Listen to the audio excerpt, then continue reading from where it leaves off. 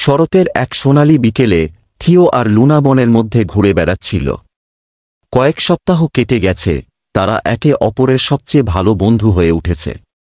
কিন্তু তারা জানত না সামনে একটা বড় বিপদ অপেক্ষা করছে। হঠাৎ বাতাসে এক অদ্ভুত শব্দ ভেসে এলো, ডানা ঝাপটানোর আওয়াজ।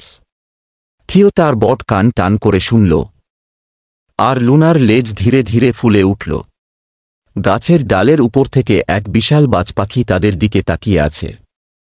তার চোখ জ্বলজ্বল করছে, ধারালো ঠোঁট আর নখর যেন শিকারের অপেক্ষায়। থিও, দৌড়াও, লুনা ফিস করে বলল, কিন্তু বাজপাখি তাদের আগেই আকাশ থেকে নেমে আসতে শুরু করল। থিও দ্রুত ঝোপের মধ্যে লাফিয়ে পড়ল, কিন্তু লুনা ছিল একটু ধীর।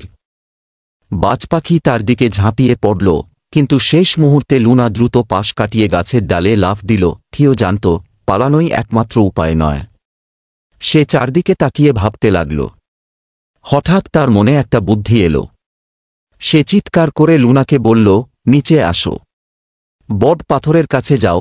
লুনা বুঝতে পারল না থিওর পরিকল্পনা, কিন্তু তার ওপর বিশ্বাস রেখে সে বট পাথরের দিকে ছুটল। বাজপাখি আবারও নিচে নামল, এবার লুনার দিকে। ঠিক তখনই থিও তার ছোট্ট পা দিয়ে মাটি থেকে কিছু ধুলো তুলে বাজপাখির চোখের দিকে ছুঁড়ে দিল।